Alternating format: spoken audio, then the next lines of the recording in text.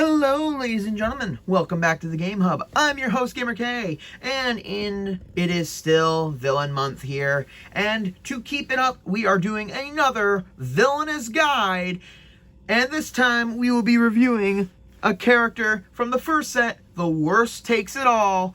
And we will be reviewing, well, not reviewing, but going over the playstyle of the Sea Witch, Ursula. Yes. And once again, she is from the starter box of The Worst Takes It All, which comes with 6 villains.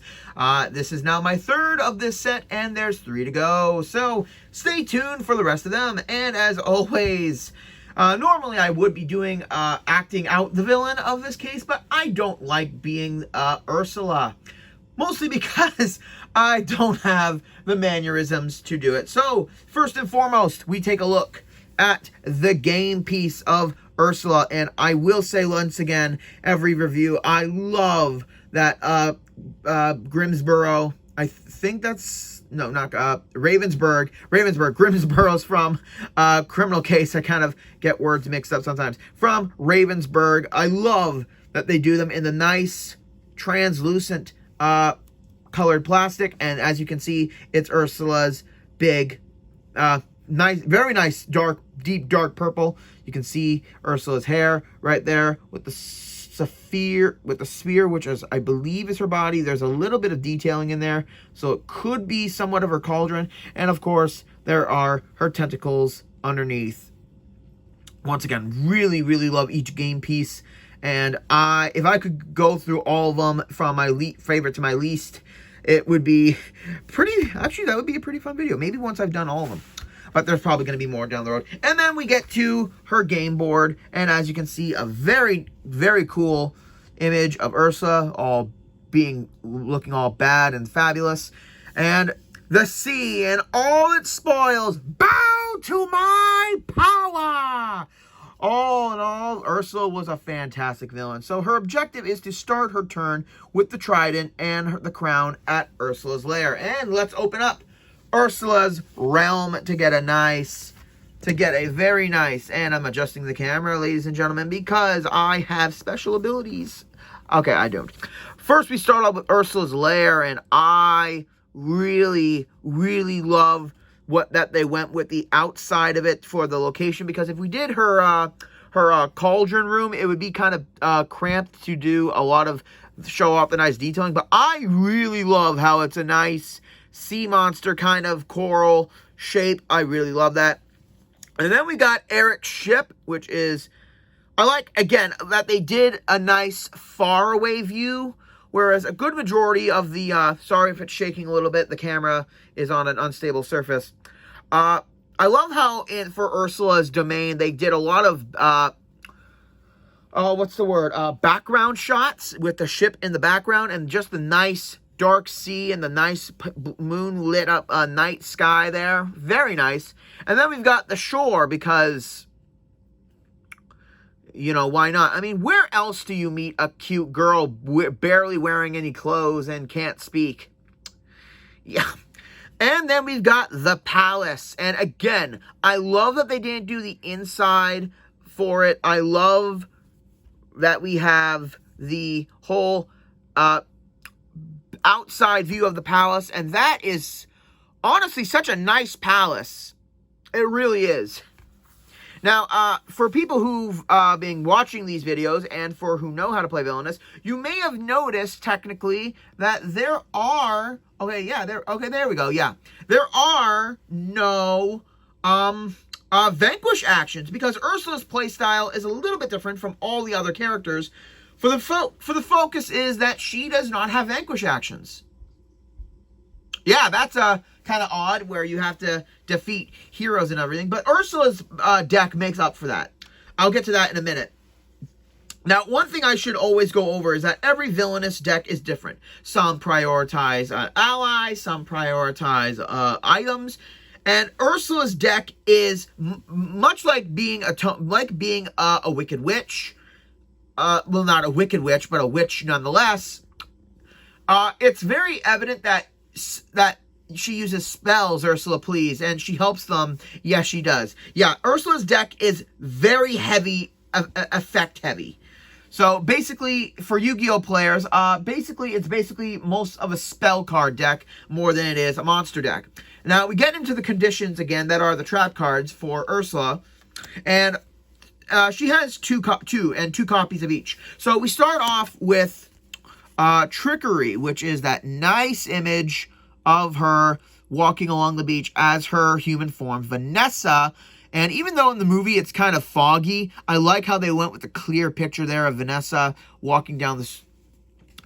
During their turn, if a player has 6 or more power, play Trickery. Reveal and play the top card of that player's fate deck. So this is a way of, if a character is power heavy, to ensure that they have a lot of heroes in their realm in order to mess with their plans. So there we go. And then we have Arrogance, which, as you can see, is that scene. Sorry about the technical difficulties here, ladies and gentlemen.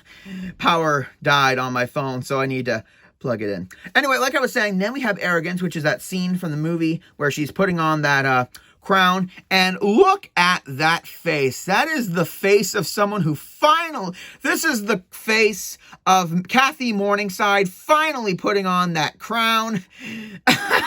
For people who watch Miss Congeniality, you get the joke. Arrogance. During their turn, if another player defeats a hero with 4 strength or more, you may play Arrogance. Draw 3 cards from your hand to your hand and then discard 3 cards. So basically another way of getting extra cards. Now, normally I would do the effects first and then do the allies for when I do the villain deck. Oh, forgot. I always forget to do this on the back of going over the back of Ursula's deck. And that is a really beautiful design for Ursula. So we got the crown up, we got the crown up top. We got her conch shell layer opening there. We got some tentacles coming out, the bubbles, the Triton upside down for some reason, which I kind of like. We got her cauldron, more tentacles, and then we got Flotsam and Jetsam with her seashell necklace, and Ursula, if you don't know who this is. So any big Little Mermaid fans, and I do know one of my friends, one of my close friends who is a big Little Mermaid fan. I mean, she's not an Ursula fan, but for people who love Disney villains and want tattoo ideas, there we go. Take a snapshot of that, and there you go. I always forget to do the back designs, but since I'm going to go through the allies first, because it's Ursula, she only has 2. So we have Flotsam, and a very nice image of Flotsam, that moray eel grin, and I do love that the design of them only having 1 glowing eye each. Now, Flotsam is a activate ability, so when he's on the board, like that, and you're at the, activate action, which is only at Ursula's lair, you can activate Flotsam's ability, which will move 1 hero from Flotsam's location to an adjacent unlocked location. And, another thing I forgot to do for Ursula's deck, a very important play style for Ursula is, as you can see on the palace, you will have to have a lock token right there. But unlike a good majority of other villains where you will have a special need to unlock said location, Ursula's whole play style is moving the lock token to another location. I know that kind of seems weird, but here's the thing. With Ursula, you need to get characters to each different location, and having to have a lock token on certain locations kind of negates a lot of things that she needs to do. But I'll get to the playstyle, mostly because she needs to move heroes to certain locations in order to defeat them. So that's that. And this is the last time I'm going to be having technical difficulties. I just talked to my team, which there is no team, it's just me, because I'm a cheap Canadian production, so I can't afford the help. So basically, Flotsam will move any character from his location to any location that's next to him. So if he's at the ship, if he's at Eric's ship, he can move characters to Ursula's lair or to the shore. And then we have Jetsum, which I like that they went with a different image pose, and as you can see, Jetsum has the left eye colored, and Jetsum and Flotsam has the right eye colored. And I really, really like these characters. So basically, Jetsum's ability is the exact same as Flotsam. As you can see, they're basically the same card, just with a different name and a different pose. So yeah, they basically do the exact same thing.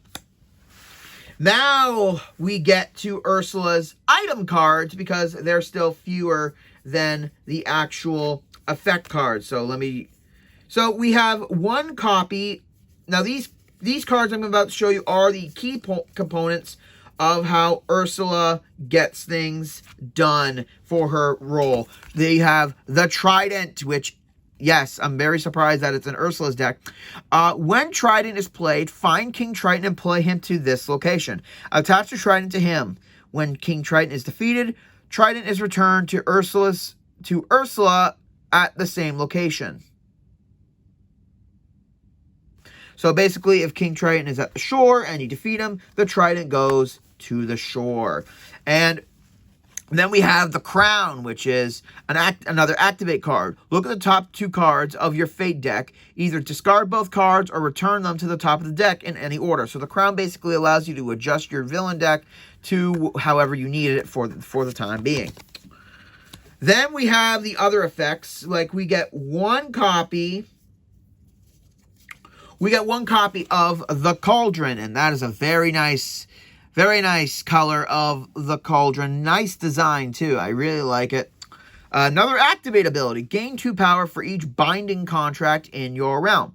And binding contracts are basically how Ursula defeats the heroes of her realm.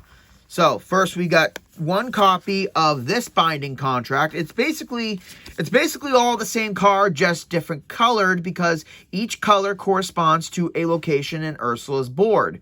And in order to do that, first we get this binding contract, which is affiliated with Ursula's lair. Green for Ursula's lair. And I hereby grant onto Ursula the Witch of the Sea for all eternity, sign, blah, blah, blah, blah, blah, find details and all the, sign the scroll. So when you play this, it attaches to a hero who is not at Ursula's location. That hero is defeated when they are moved to Ursula's lair. So a good majority of Ursula's game plan is to move heroes from locations to the location that the contract specifies, and that's how you defeat characters with Ursula. And we get 2 copies of the blue contract, which is accustomed to Eric's ship. So in order to use this one, you need to get the heroes directly to Eric's ship. We get 1 copy of the red contract, which is the palace, because, Ursula's lair and the palace, those are kind of neutral zones a little bit, so you really need to get them there.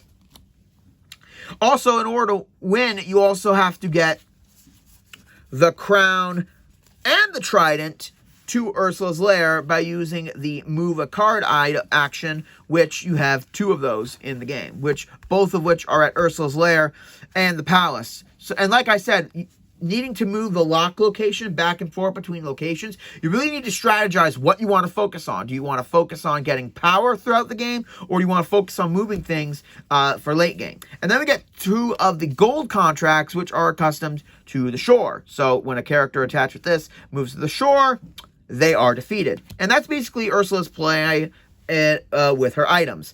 And like I said, now we get to the mountain of effect cards that Ursula has. And good lord, I don't think even Yu-Gi-Oh cards have this many spell cards to work with. Like this is insane, the amount of effect cards that Ursula has at her disposal. First, we get 3 copies of Opportunity, which is that really nice image of Ursula before the screen goes dark. Like in the old Disney movies where the eyes would go glow, would shine through the darkness. Choose an item or effect from your discard pile and put it to hand. So basically, this allows you to get any contracts or effects that you need to reuse. Next, we get 3 copies of Change Form. So, and there's that beautiful, really nice image of Vanessa and Eric about to get married, and I love that the gazing hypnotized stare that he has. Move the lock token to either Ursula's lair or the palace. Okay, so basically you can only move it between the palace and the Ursula's lair, if I'm remembering correctly. This allows you to get access to the move a hero action, but it will negate you being able to activate abilities until you remove the lock back to the palace.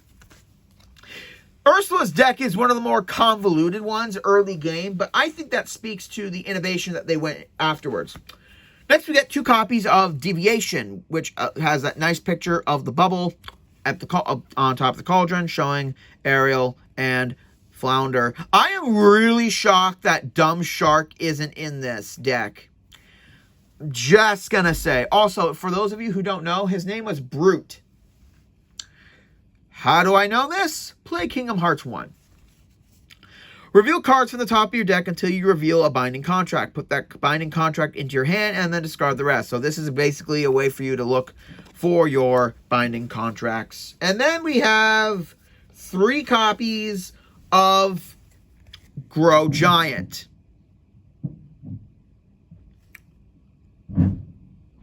Wow, what a original card. And as you can see, there is Giant Ursula, which, again, boss fight, really dumb.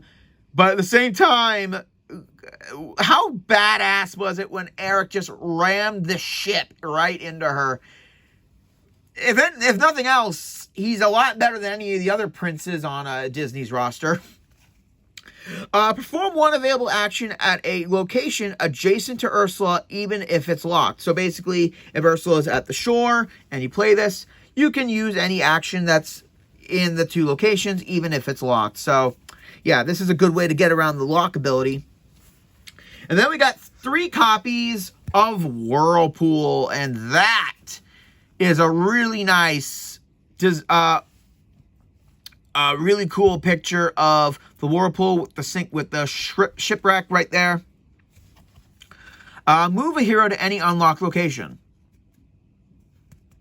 One thing I should really point out is a good majority of Ursula's cards don't really cost that much power because all of her effects can be reused, so there's not point having them all be high cost, except for the main cards, which is the Triton and the Crown. So, yeah, that's one thing to always point out of how much your cards cost.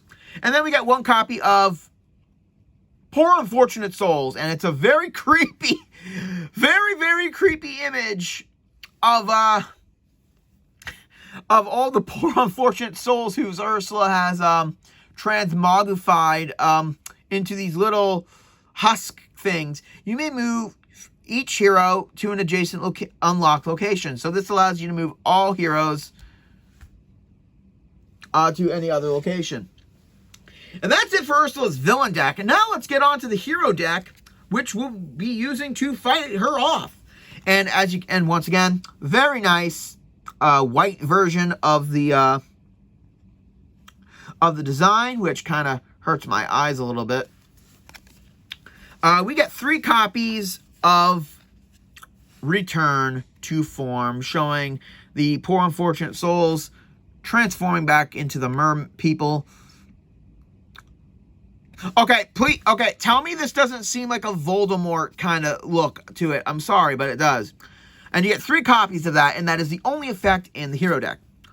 Choose a hero with a strength of 4 or less from Ursula's fate, discard pile, and play that hero to Ursula's location. And then we get our items, and there's only 4 items in this deck, and I'm in love with the fact that they put these in here. We get 2 copies. We get 2 copies of the Snarfblat. It is not a musical instrument, ladies and gentlemen. When Snarfblat is played, attached to a hero, the cost to play a binding contract onto that hero is increased by 3. So again, the Snarfblat is just an item that's going to make Ursula need to get more power in order to pay for a contract on equipped hero. And then we get 2 copies of the Dingohopper. Dear Lord. When Dingohopper is played attached to a hero, each time Ursula moves to this location, she will lose 1 power. So, yeah. And now we have the heroes, ladies and gentlemen. We're going to start off with one of the nicest characters in the game. We got Flounder, and that's a really nice picture of Flounder, looking all optimistic and cheerful. When Flounder is played, you may shuffle Ursula's discard pile into her deck. I know that may seem like you're helping her, but remember, Ursula has cards that allow her to gain access to cards early in the discard pile to reuse constantly. So this is a good way to make her really search for those cards. And then we get Sebastian Man, and that really nice Under the Sea performance. When Sebastian is played, I don't know why I'm going with the Jamaican accent, you may choose a binding contract that is attached to a hero and at an unlocked location and attach it to Sebastian. So Sebastian will basically take the hit for the contract that's out on the board. And then we're going into... Okay, tell me this isn't the basic beach bum character, just done a little bit differently. We've got Scuttle with the... That is a weird image for him. When Scuttle is played, you may choose an item from Ursula's Fate discard pile and attach it to Scuttle. So that would include, I'm guessing, the crown, the cauldron, or whatever. This is basically a way for Ursula not to get access to a good majority of her items from the discard pile. And going with the animals first, we have Max. Look at that. Look at Max, all slobbery and somewhat annoying.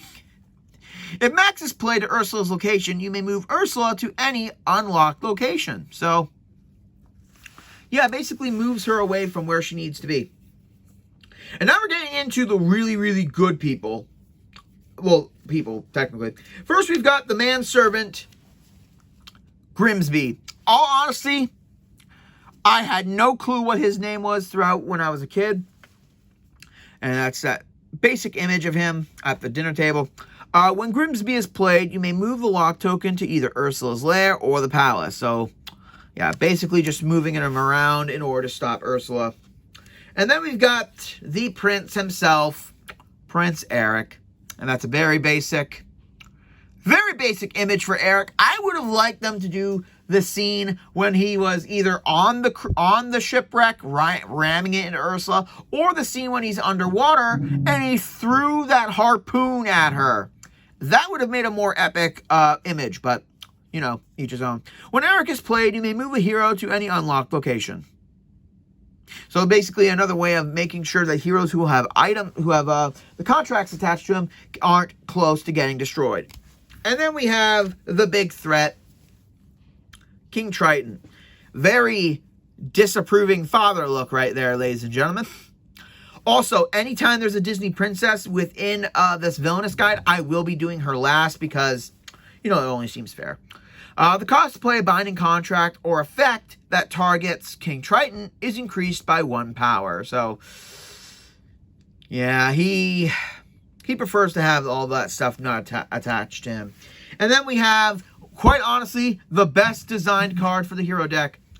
We have Princess Ariel and that beautiful scene for Party or World. Reprise.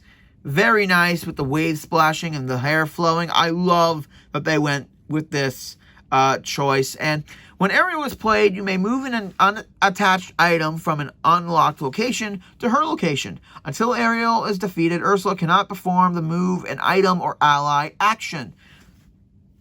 So soon we'll have this little mermaid.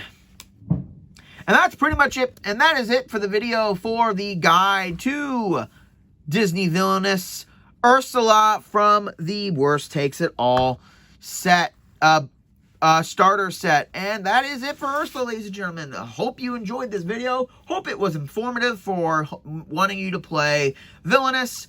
Like, comment, subscribe down below. And join me next week, ladies and gentlemen, where Villain Month continues as we return to the deserts of Egypt to look into the shadows that caused the evil that awaits our origin story. This is GamerK, logging out.